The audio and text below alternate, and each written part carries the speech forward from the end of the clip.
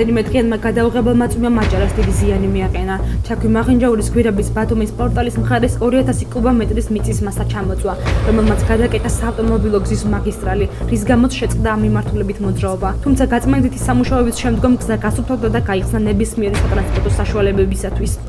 გაწმენდილია ჩაქვი მაღინჯაურის გვირაბთან ჩამოწვეული მეწყერი და გზა გახსნილია. გუშინ მოხდა გზის გადაკეთვა გვირაბთან ახლოს, მაგრამ მთელი ღამის განმავლობაში მუშაობდა ტექნიკა, ჩართული იყო როგორც სამხედრო დეპარტამენტი, ასევე მთლიანად ბათუმის მერიის ტექნიკა და ჩვენ ორივე მხრიდან სამუშაოები რამდენიმე საათში მოხდა გაწმენდა გზის და ახლობით ღამის 3-4 საათზე უკვე მოძრაობა იყო შეუფერხებელი. მინდა ყველას მოუწოდო, რომ ყველა განაცხადზე, ყველა ზარზე იქნება რეაგირება გაკეთებული და ყველა სამსახური ამ მომენტისათვის ფუნქციონირებს და მუშაობს. განვითარებულ მოვლენებთან დაკავშირებით ბათუმის მერმა გიორგი ერმაკოვმა მერიის სტრუქტურული ერთეულების ხელმძღვანელებთან საგანგებო თათბირი გამართა. მერის განცხადებით 94 გამოძახებიდან 90-ზე რეაგირება მოხდა. მერმა სამსახურის წარმომადგენლებს და ადმინისტრაციულ ერთეულებში მერიის წარმომადგენლებს დაზარალებულთა მდგომარეობის დეტალური შესწავლა დაავალა.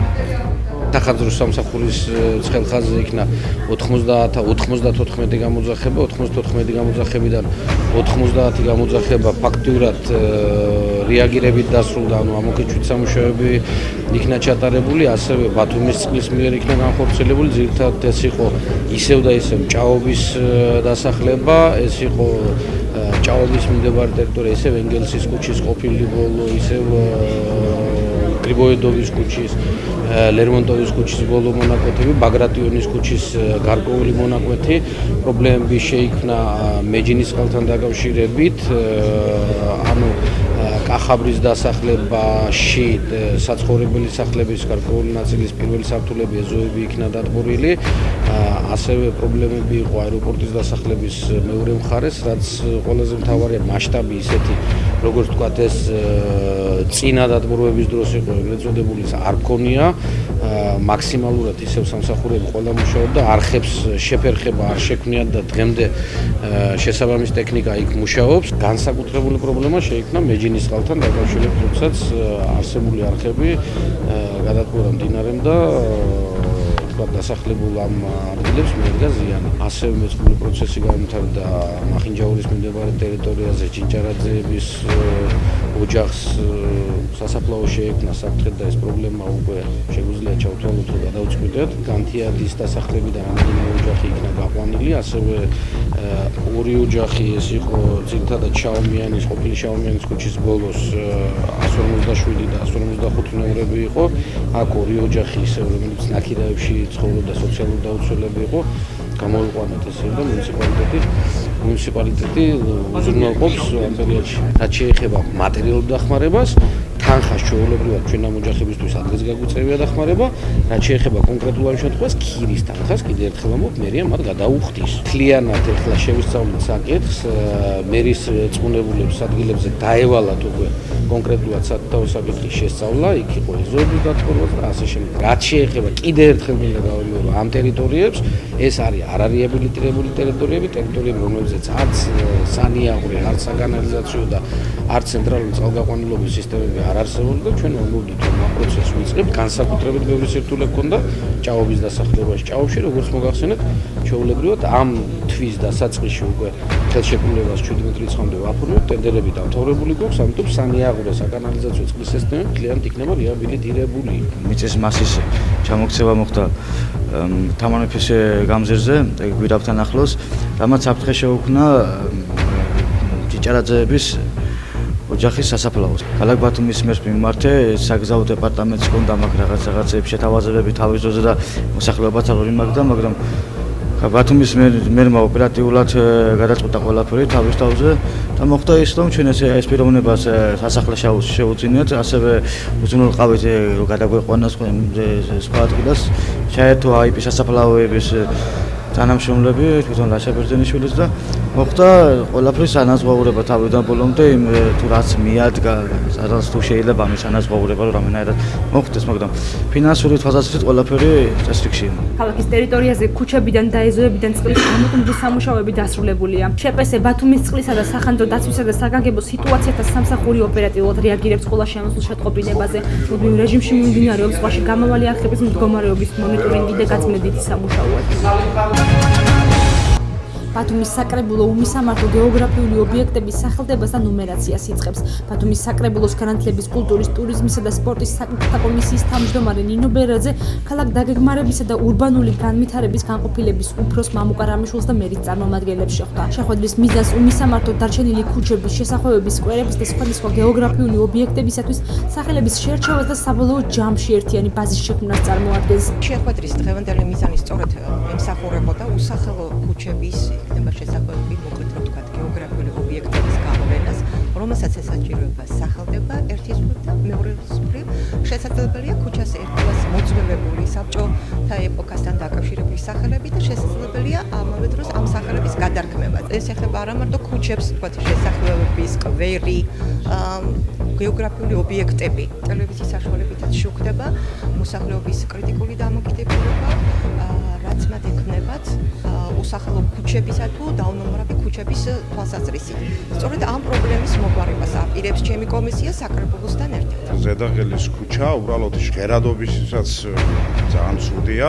მით უმეტეს ჩვენს ზედაღელის, სადაც ზედაღელის ქუჩა ქვია, იქ ისეთი პოეტია დაკრძალული, მისი წყარო არის და ნამდვილად ხალხისთვის მიუღებელია და პირადად მე ვცხოვრობ მაგ ქუჩაზე და მე პირადად ზედაღელის ქუჩა შეუსაბამოა ნამდვილად. სასურველი სახელის შერჩევან არსებულის გადარქმევა მოსახლეობას თავად შეძლება სპეციალური წერილობითი მომართვის საფუძველზე, თუმცა საბოლოო გადაწყვეტილებას საკრებულოს დეპუტატები მიიღებენ. სტიქით დაზარალებულებს წითელი ჯვრისაგან ჰუმანიტარული დახმარება გადაეცათ. საქართველოს წითელი ჯვრის საზოგადოებამ 2014 წლის სექტემბრის თვეში სტიქიის შედეგად დაზარალებული ოჯახებისათვის საკვები პროდუქტები, ჰიგიენური საშუალებები და სხვა საყოფაცხოვრებო ნივთები გამოყო. ჰუმანიტარული გვერდი ბათუმისა და ქობულეთის მუნიციპალიტეტის მოსახლეობაზე გადანაწილდა. ჯამში დახმარება სტიქიის შედეგად დაზარალებული 420 ოჯახი მიიღებს. ჰუმანიტარული დახმარების გაცემის პროცესს აჭარის მთავრობის თავმჯდომარე, აჭარის ჯანდაცვის მინისტრი და ბათუმის მერი ეცდებოდნენ. წითელ ჯვართან ერთად გვაქვს აქცია, ჩვენ პირველი ვინც გამოეხმაურა და ჩვენ ურთიერთობა გვაქვს ძალიან მჭიდრო წითელ საქართველოს წითელი ჯვართან და 420-მდე პაკეტი, 420 პაკეტი გადაეცემა დღეს ბათუმისა და ქობულეთის დაზარალებულებს იმ ნაწილს დაზარალებულსა, რომელსაც წყალი შეუვიდა, დაიტყორა და ვფიქრობ, რომ ეს პაკეტი არის ძალიან მნიშვნელოვანი დახმარება ჩვენი მოსახლეობისათვის. აქ შედის ჰიგიენური ყველაფერი. ხალხის დახმარება უკვე გადაწყვეტილია, იცით რომ კომისიამ დაასრულა მუშაობა და ქალაქის მაცხოვრებლებს მათ ვისაც ვინც დაიტყორა, ჩვენ სოციალური ფულებიდან გამომდინარე დავეხმარებით 700, 600 და 400 ლარის ელჯერადი დახმარებების სახით. დღეს საქართველოს წითელი ჯვრის საზოგადოება და აჭარის ადგილობრივი მთავრობა ჰუმანიტარულ ტვერს დაარიგებს. საქართველოს წითელი ჯვარი სტიქიით დაზარალებულ 600 ოჯახს დაეხმარება საკვებით და პირველადი მოხმარების ნივთებით, 420 ოჯახს აჭარაში და 420 ოჯახს აჭარაში და 180 ოჯახს გურიაში. საქართველოს წითელი ჯვარი არის მთავრობის დამხმარე ორგანიზაცია ჰუმანიტარულ სფეროში და სტიქიური მოვლენების დროს საგანგებო შტაბის წევრია, რომ მოახდინოს ზარალის შეფასება და დროული რეაგირება.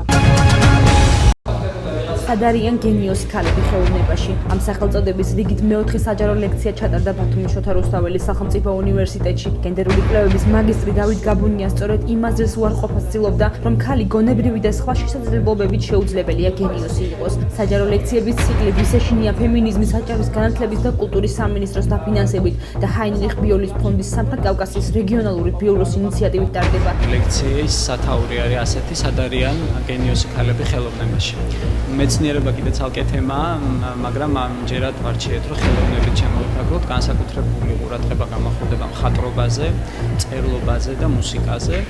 იმიტომ რომ თქვენ ხშირად მოისმენთ ესეთ მოსაზრებას, რომ აი ამ დარგებში გენიოსი ქალები არ არსებულან და თითქოს ამას იმით ხსნიან, რომ ქალები უფრო ნაკლებად განვითარებულები არიან, ვთქვათ, მათი ტვინი თუ ფიზიოლოგია არ შეესაბამება იმას და შეუძლებელია რომ ქალები იყვნენ გენიოსები, ეს არის სრული აბსურდი და ისტორიაში ჩახედული ადამიანი ამას ძალიან ადვილად დაინახავს, თუ რა თქმა უნდა ამის დანახვა, მაგრამ ასეთი ადვილიც არ არის ეს საკითხი, იმიტომ რომ წლების განმავლობაში და ასწლეულების განმავლობაში ჩამოყალიბებული ტრადიცია დღესაც კი მეტნაკლებად როცა შედარებით თანასწორობა მიღწეულია და მე-19 საუკუნეს ვერ შევადარებთ ხო უფლებრივ მდგომარეობაში ქალების და მამაკაცის დღესაც კი ბევრი ხელშემშლელი პირობა არსებობს იმისთვის რომ თქვა ქალები მოვიდნენ და რეალიზდნენ ხელოვნებაში.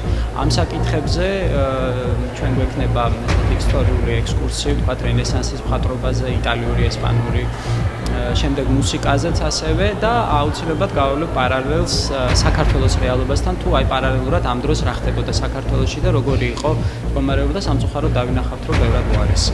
ფემინიზმი მიუხედავად იმისა რომ 21 საუკუნეში უკვე არ უნდა არსებობდეს ეს თემა განსახილველად და ზოგადად სასაუბროდაც კი, მაგრამ არის პრობლემა, ვთვლი ფემინიზმი არის მნიშვნელოვანი, აქტუალური, რადგანაც ჯერჯერობით კიდევ არის ქალთა უფლებები იგნორირებული და მეორე ხარისხოვანი, ამიტომაც ეს ლექციები არის საჭირო, ყველაზე მნიშვნელოვანია თუნდაც დღევანდელი ლექცია სად არიან გენიოსი ქალები ხელოვნებაში, მიუხედავად იმისა რომ ბევრ ტილოზე ცოცხლდება ეს ქალები, თუმცა მათი როლი მაინც ნაკლებია, მაინც უფრო არ არის ისეთი პრიორიტეტული, როგორიც უნდა იყოს. ვთვლი, ეს ლექციები მიუხედავად იმისა, რომ ცოტა სტანდარტზეა გათვლილი, არის პრიორიტეტული და დღევანდელი ერთი უდრის სამომავლო დათს. 2014 წლის 12 დეკემბრის ჩათვლით საჯარო ლექციებზე დაწრება ნებისმიერ სრულს შეუძლია. გიორგი გარაყანიძის სახელობის ფოლკლორული და სასულიერო მუსიკის ბათუმის მე-9 საერთაშორისო ფესტივალს ხელოვნების უნივერსიტეტმა უმასპინძლა. შეხვედრაზე ხელოვნებათმცოდნეობისა და ეთნომუსიკოლოგიის ქართველ და უცხოელმა მეცნიერებმა ტრადიციული მუსიკის შესახებ მოხსენებები წაიკითხეს. მნიშვნელოვანია ეს ფესტივალი. არა მხოლოდ ჩვენთვის, სპეციალისტებისთვის, არამედ ყველა იმისთვის, ვისთვისაც ძვირფასია აი ეს უზარმაზარი კულტურა, რომელსაც ხალხური მუსიკა ჰქვია. ხა გარდა იმისა, რომ აქ თავსი ღრის ქართველი სპეციალისტების უმრავლესობა, იმიტომ რომ ყველა სიხარულით მოდის ხოლმე ამ ფესტივალზე. ამას გარდა ამ ფესტივალს აქვს ძალიან ფესტივალსა და კონფერენციას აქვს ძალიან ბევრი დადებითი რამ და ბევრი სიახლეა მასში. ეხლა ერთ-ერთი ის არის, რომ იგი თანდათანობით სულ უფრო და უფრო საერთაშორისო ხდება და ბევრი ადამიანი ინტერესდება, განსაკუთრებით პროფესიონალი და სპეციალისტი ამ საქმესა. და სულ უფრო და უფრო მეტი ხალხი უერთდება.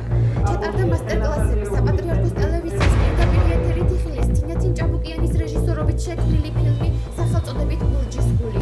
ფილმში პარხალის ხეობის რამდენიმე სოფლის მცხოვრები ბურჯების ისტორია. ჩვენ წავედით ექსპედიციაში, ორჯერ ვიყავი ექსპედიციაში, შემოვიარეთ პარხალის ხეობა, სოფლები და შევიცადეთ, რომ გვეჩვენებინა ის რეალური სურათი, რაც იქ არის, სიყვარულით და სიტყვით. რამდენად გავხორციელდა ეს უკვე საუბრობს. მინდა გითხრათ, რომ რთული იყო ექსპედიცია, იმიტომ რომ მოგვიწია ძალიან სიცოცხლის საფრთხესთანაც იყო დაკავშირებული. ძალიან რთულ ვითარებაში ხდებოდა გადაღება, სიმაღლების დაძლევა, ასვლა და ავიცი. ძალიან სევდიანი, მაგრამ ვიტყოდი, რომ საჭირო საქმეა, რასაც აკეთებს აი ეს პროექტი. საერთოდ სურვილი მაქვს, რომ ეს ბევრმა ადამიანმა დაღოს, იმიტომ რომ რაღაცნაირად ძალიან ახლოს არის ეს ყველაფერი ჩვენთან, თითქოს შორს არიან, მაგრამ ისინი ძალიან ახლოს არიან და ძალიან საჭიროებენ ჩვენს თანადგომას. მესამე დღე რაც კონფერენცია მიმდინარეობს და მე ვფიქრობ, რომ ძალიან საინტერესო წარიმართა ეს კონფერენციის სამივე დღე. აუცილებლად უნდა აღინიშნოს, რომ ფესტივალის მასშტაბები გაფართოვდა და წინა წლებთან შედარებით მომხსენებელთა რიცხვიც გაიზარდა და შესაბამისად თემატიკაც გამრავალფეროვდა. ჩვენ მოვისმინეთ არა მარტო ქართველი მომხსენებლები, არამედ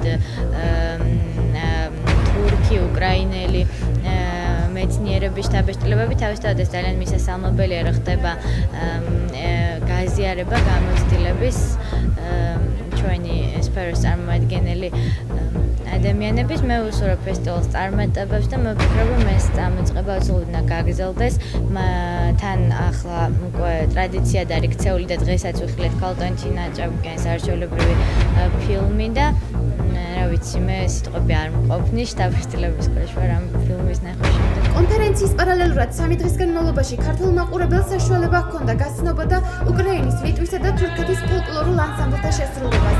უცხოურთან ერთად ქართული ანსამბლებიც მონაწილეობდნენ. მონაწილეებს მადლობის სიგელები და ფასიანი საჩუქრები გადაეცათ.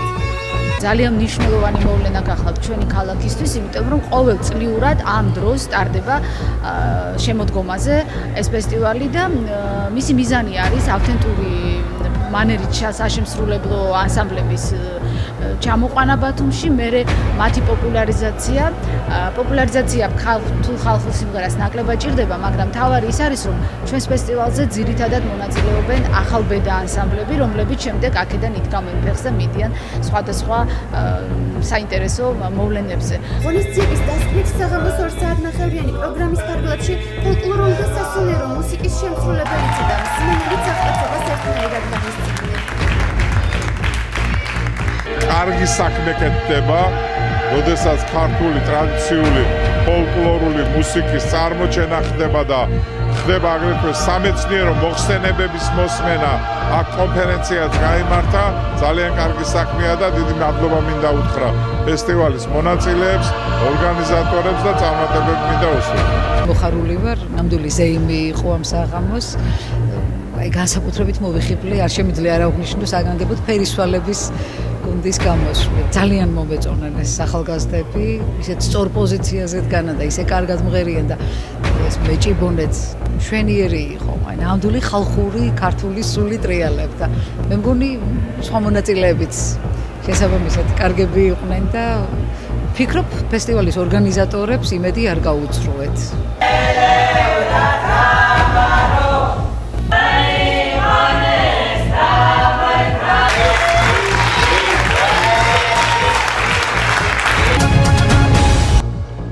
ბათუმის თანამედროვე ხელოვნების სივრცე კატალონიელი ფოტოგრაფის მანელ ესკულსას ნამუშევრებს მასპინძლობს. ფოტოთა სერიას სახელწოდებით დაპატიმრებული მზერა ავტორმა 6 წელი მოანდომა. პროექტი მზერის სიმბოლიკაზე აგებული, რომელშიც ავტორი ბრძოლის პროცესს წარმოადგენს, სადაც ის უპირისპირდება ავადმყოფობას, სიკვდილის შიშსა და არარსებულ მომავალს. მანელ ესკულსა თანამედროვე ესპანურ ფოტოგრაფიაში ერთ-ერთი მასშტაბური ფიგურაა. 70-იან წლებში გადაღებული მისი პირველი სერიების საკუთარი ფოტოენის პოვნის გზად იქცა, ხოლო 80-იან წლებში შექმნილმა სერიებმა მას შემოქმედი სახელი მოუპოვა. გამოფენას მხარდაჭერას ასოციაცია Art Caucasia უწევს, რომელიც ფესტივალ კონგის ფარგლებში დაიგეგმა. ბათუმის თანამედროვე ხელოვნების სივრცე ამჟამად მასპინძლობს კატალონიელი ფოტოგრაფის მანელ ესკულსას ფოტონამუშევრებს, რომელზეც იგი 1973-79 წლებში მუშაობდა. ფოტოსესია მზერის სიმბოლიკაზე აგებული, სადაც მისი იმდროინდელი ფიზიკური და სულიერი მდგომარეობა ასახული. ამჟამად წარმოდგენილია 30 ნამუშევარი და მასთან ერთად ვიდეო პროექცია. გამოფენა 1 ნოემბერს გაიხსნა და 15 ნოემბრამდე გაგრძელდება. 15 ნოემბრის შემდეგ ნამუშევრები სავარაუდოდ ქუთაისში გამოიფინება.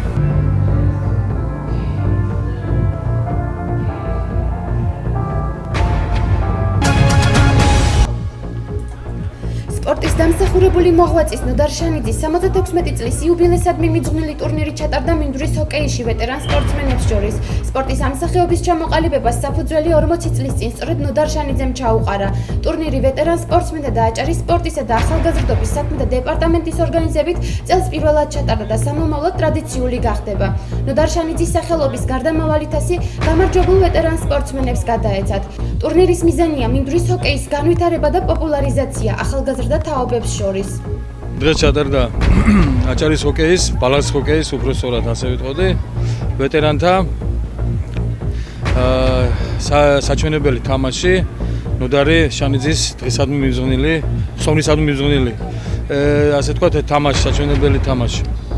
ეს პიროვნება ნოდარი შანიძე არის ადამიანი, რომელმაც 40 წლის წინ და საფუძველი ჩაუყარა ბალანს ჰოკეის დაარსებას აჭარაში. დღემდე მოსული უკვე 40 წელიწადი უკვე რაც აღიზარდნენ როგორც წარსულის ცნობილი სპორტსმენები, ასევე დღეს მოქმედი საქართველოს ნაკრები სპორტსმენები, ასე რომ იმისათვის რომ ამ სპორტის სახეობას ცოტა უფრო მეტი პოპულარიზაცია გავუკეთოთ, იმისათვის რომ მომავალმა თაობებმა დაინახონ რომ ეს მემკვიდრეობა, უწყვეტობა და ეს არის საჩვენებლად, მე მგონია რომ წარმატებულად ჩატარდა დღეს და საჭიროც იყო ეს ამ დღის აღნიშვნა და რაც შეეხება მომავალში გვინდა რომ აღნიშნული ასეთი შეხვედრები სპორტის ახალგაზრდობის დეპარტამენტის საქმეთა დეპარტამენტს თხოვოთ და როგორც ასეთი დაამკვიდროს ყოველწლიურად ასეთი ტურნირი ნოდარი შანიძის თასის გათამაშება, სადაც მოწვეული იქნებიან უცხოელი ქვეყნის წარმოადგენლები, სპორტსმენები და უფრო მრავალფეროვანს გავხდით ამ სპორტის სახეობას აჭარაში. იმდენად მნიშვნელოვანია მონაწილეობა ამ პროექტში, რომ თვითონ ნოდარი შანიძე 40 წელია მოღვაწეობდა ამ სპორტში, მისი დაარსებული აჭარაში და დიდი წვლილი მიუძღვის საქართველოს ბალახის ჰოკეის განვითარებაში. ამჟამად ეს ადამიანი გარდაგვეცვალა, არ გყავს სახეზე და მისი უკდავსაყოფად აუცილებლად მიზანშეწონილად მივიჩნიეთ, რომ მისი სახელობის თასი ყოველ წელიწადს მის დაბადების დღეზე იქნა ჩატარებული. ეს ჩვენ გადმოგვეცა ეს თასი. გამარჯვებულ გულს, ვეტერანთა გულს.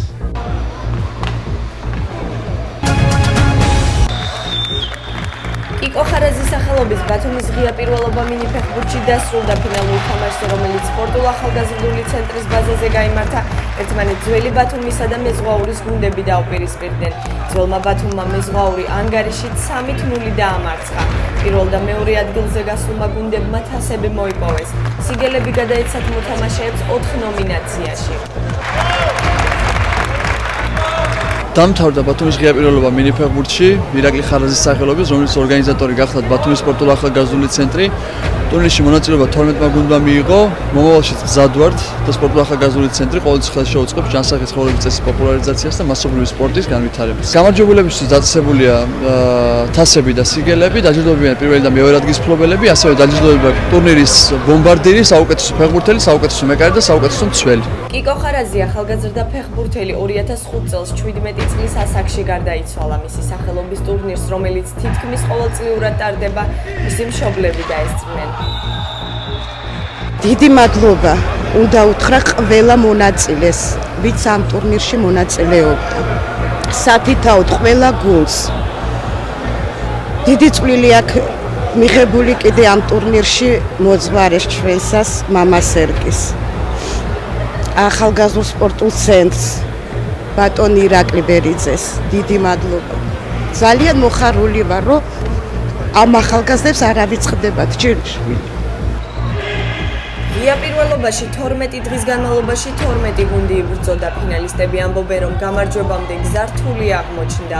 ძალიან მოხარულები ვართ, ბიჭებმა ძალიან დიდი შრომა, ენერგია დახარჯეს, დღემდე რომ მოსულიყავით, პირველობა რომ მოგვეპოვებინება და რა ვიცი რა, დიდი მადლობა ყველას. ჩვენ მაყოფილები ვართ, რა თქმა უნდა, დღევანდელი მოგებულებით, ჩვენ დამარცხებულები ვართ, მაგრამ თავარია ისე ჩატარდა ყველაფერი, როგორც ამ წესიერ ქართველებით შეეფერებოდა და რა თქმა უნდა, კიდევ ერთხელ მადლობას გადავუხდი მონაწილეებს, იმ ხალხს, ვინც მოვიდა გულშემატკივრებს და იმედი მაქვს, რომ ხშირად ჩატარდება ესეთი ხალხის, ესეთი ახალგაზრდების ტურნირები ქალაქ ბათუმში და ასევე საქართველოს, სრულად საქართველოში რა სასურველი იქნება, იმიტომ რომ ახალგაზრდებს ეს გვინდა უბრალოდ.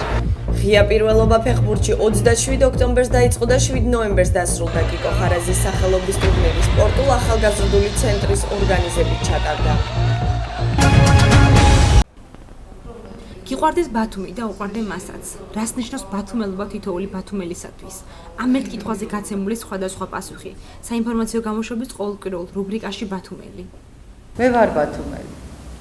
და ჩემთვის ბათუმელობა ძალიან დიდი პასუხისმგებლობაა. ჩემთვის ბათუმელობა დიდი პატივია, იმიტომ რომ ძალიან მიყვარს ჩემი ქალაქი. სულ მენატრება თუ ბათუმში არა ვარ. და ძალიან მიხარია, როცა ვბრუნდები, განსაკუთრებით როცა შემოვდივარ მახინჯაურის მხრიდან და ვხედავ საღამოს თუ მოვდივარ, მაშინ ეს განათებული ბათუმი და სხვა არის რაღაცა განსაკუთრებით შთამბეჭდავ. და მაშინ ვარ ჩემს გარემოში, ჩემს სივრცეში და თავს ძალიან ბედნიერად ვგრძნობ, მე ძალიან მიყვარს ჩემი ქალაქი. მქონია არჩევანი ცხოვრებაში არაერთხელ, მაგრამ ყოველთვის ავირჩიე ბათუმში და ჩემს ქალაქში ცხოვრება. ვერ წარმომიდგენია სხვა ქალაქში ვიცხოვრო. შესაძლებელია ვიცხოვრო, მაგრამ ვიცხოვრო ცოტა დროით. შეიძლება ეს იყოს 1 თვე, 2 თვე ან რამოდენიმე თვე, მაგრამ არა წლები. ვერ შევძლებ, იმიტომ რომ ჩემი ქალაქი ძალიან მიყვარს. და ვერ წარმომიდგენია ბათუმის გარეშე. თან ბათუმში ძალიან ბევრი ადამიანი ყავს ისეთი, რომელიც განსაკუთრებულად მიყვარს, ამიტომ ბუნებრივია ბათუმი ბევრ სასიამოვნო ადამიანებს მაკავშირებს. გარდა იმისა, რომ ბათუმი თვითონ არის რაღაც განსაკუთრებულად მიმზიდველი ქალაქი და განსაკუთრებულად საყვარელი ქალაქი. მე ვფიქრობ, რომ ამაზე ლაპარაკობენ არაბათუმელებიც და მინახავს ბევრი არაბათუმელი, თქვათ იგივე დედაქალაქში მცხოვრები ადამიანი, რომელიც ამბობს, რომ მე სიამოვნებით ვიცხოვრებდი ბათუმში. მე მესმის მათი. იმიტომ რომ მეც ვერ წარმომიდგენია, რომ სხვაგან იცხოვრო ბათუმის გარდა და იყო ესე ბედნიერი, როგორც აქ ხარ ამ ქალაქში. რამდენიმე ხნის წინ უცხოელი სტუმრები ყავდა, ძალიან ხშირად ჩამოდიან ახლა უცხოელი სტუმრები და ყოველთვის აღფრთოვანებული მიდიან ხოლმე, არ ვიცი რა, განსაკუთრებით იხიბლებიან ჩვენი ქალაქით და მე ძალიან მიხარია ის, რომ ესე მოსწონთ ჩვენი ქალაქი და ამბობენ, რომ ძალიან ლამაზია ჩვენი ქალაქი და ეს ძალიან მეამაყება და მიხარია. ერთადერთი სურვილი მიჩნდება იმის, რომ ბათუმი უფრო მეტად სუფთა გავხადო, ვიდრე არის. უფრო მეტად მოწესრიგებული გავხადო ქუჩაში მოძრაობა. ქუჩაში მოსიარულე, ფეხით მოსიარულე ადამიანებისთვისაც და აი მძღოლებისთვისაც. ასევე გავაფართოვებდი უფრო ქუჩებს. რაც შეიძლება ვიფიქრო, რომ შევცვალო ბათუმში. და ფიქრობ, რომ ამას ყურადღებას ალბათ ყველა აქცევს. განსაკუთრებით გრძნობიარე არიან უცხოელები თუ დაინახეს რაღაც სუფთაობა ქუჩაში. მაგრამ ეს ჩვენთვისაც არ არის სასიამოვნო, რა თქმა უნდა, აქ ლაპარაკი არ არის იმაზე, რომ ვიღაცა უცხოელი რას ფიქრობს. თავარი ის არის, ჩვენ რას ვგრძნობთ და როგორ მოგწონს ეს ყველაფერი. ასევე ვისურვებდი იმას, რომ საზოგადოების ცნობიერება იყოს გაცილებით უფრო მაღალი. მე როგორც მეცნიერს მქონია არაერთგზის შეხება რაღაც სხვადასხვა თემებზე, საკითხებზე და მიმუშავია სხვადასხვა ჯგუფებთან. და აღმოჩნდა, რომ საზოგადოების უმრავლესობა სხვაგვარად ინფორმირებულია და მაშინ დგება საკითხი იმის შესახებ, რომ სასურველია უფრო მეტად ამაღლდეს ჩვენი საზოგადოების ცნობიერება. ამისთვის საჭიროა უფრო მეტი მუშაობა, უფრო მეტი ინფორმაციის მიწოდება პრესით, მასმედიის საშუალებით. ასევე ვისურვებდი, რომ გაცილებით უფრო აქტიური იყოს ქალაქი კულტურული ღონისძიებების თვალსაზრისით. იმიტომ რომ ქალაქი ძალიან პატარაა ჩვენი ქალაქი და როდესაც გიჩნდება სურვილი საღამო რაღაც სასიამოვნოდ გაატარო, თქვა სპექტაკლი, ნახო ან კონცერტი, აი ეს ფუფუნება ჩვენ არ აქვს, იმიტომ რომ შესაძლებელია სპექტაკლის სანახავად წახვიდე და მაყურებლების სიმცირის გამო არ მოხდეს, თქვათ სპექტაკლის გასვლა იმ დღეს. სამწუხაროა, მაგრამ ფაქტია, რომ ესე ხდება. ამის მიზეზებზე თუ ვილაპარაკებ, ძალიან ბევრი მიზეზი შეიძლება იყოს. ერთ-ერთი ყველაზე მნიშვნელოვანი მიზეზი ეს გახლავთ სოციალური ფონის, რომელიც არის და სასურველი იქნებოდა, რომ ეს სოციალური ფონი ამაღლებულიყო. აი ამ შემთხვევაში შეიძლება ვიფიქროთ იმაზე, რომ ადამიანები უფრო მეტად აქტიურები გახდებიან. იმიტომ რომ მოტივირებულები იქნებიან და უფრო მეტად შეძლებენ იმას, რომ აქტიურად ჩაერთონ აი ამ კულტურულ ღონისძიებებში. ქალაქში ბევრი რამ გაკეთდა და გამშვენიერდა ჩვენი ქალაქი. მაგრამ ჩვენ არ უკმაყოფილდებით იმის, რაც გვაქვს და გვინდა რომ კიდევ უფრო გამშვენიერდეს. თქვათ კიდევ უფრო კეთილმოეწყოს ის ქუჩები, რომელიც თქვათ ამჟამად შეიძლება გარეუბნის ქუჩებად ითვლება, ხო, უფრო მეტად მოწესრიგდეს. რაღაც ინფრასტრუქტურა, შესაძლებელია რაღაც უფრო უკეთესად გაიმართოს, თქვათ, ვიდრე არის, ხო, არსებობს. არის კიდევ უამრავი რამ, რაც შეიძლება გაუმჯობესდეს, მაგალითად, უფრო აი ესეთი გახდეს, თქვათ, სპორტული კომპლექსებისთვის შეიქმნას რაღაცა ესეთი ადგილები, სადაც ადამიანები შეძლებენ, თქვათ, უფრო აქტიურად ჩაერთონ აი ამ სპორტულ აქტივობებში. ვფიქრობ, რომ ეს ძალიან მნიშვნელოვანია. რომ ფიზიკურად აქტიური იყოს ადამიანი, იმიტომ რომ ფიზიკური აქტივობა ფსიქიკურ სიჯანს აღესაც ნიშნავს და ერთმანეთის გარეშე წარმოუდგენელია, ხო, სული და სხეული ერთად უნდა იყოს აქტიური.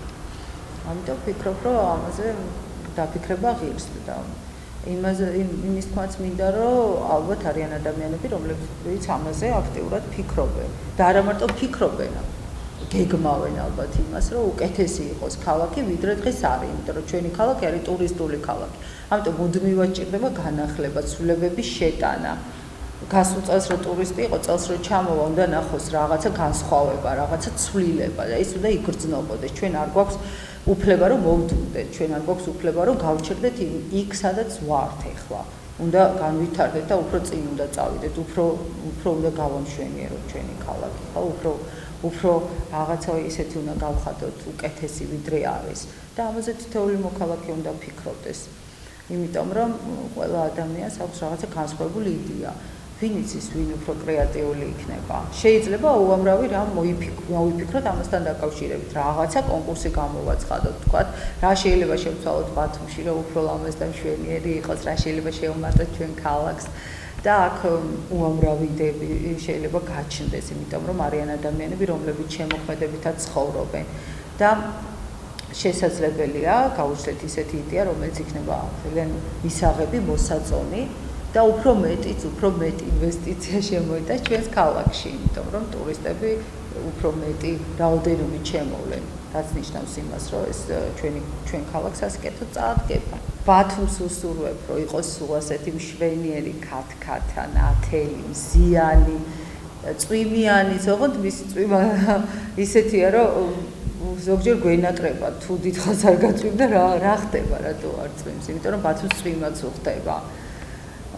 ბათუმს უსურვებდი, რომ კიდევ უფრო მშვენიერი გამშვენიერდეს, კიდევ უფრო მოირთოს, ნაძვის ხესავით, ლამაზი იყოს, ხიარული იყოს. ბათუმელებს უსურვებდი, რომ მშვიდობიან ქალაქშია ცხოვროთ, ლამაზ ქალაქშია ცხოვროთ და მოწესრიგებულ გარემოში ცხოვროთ. აი ამას უსურვებდი ბათუმელებს და უსურვებდი ბათუმელებს, რომ მუდმივად გქონდეთ ღიმილი სახეზე. ოღონდ ეს ღიმილი უნდა იყოს ნამდვილი ღიმილი, ეს წამზემეც არ უნდა გრძელდებოდეს, მაშინ ყალბია ღიმილი.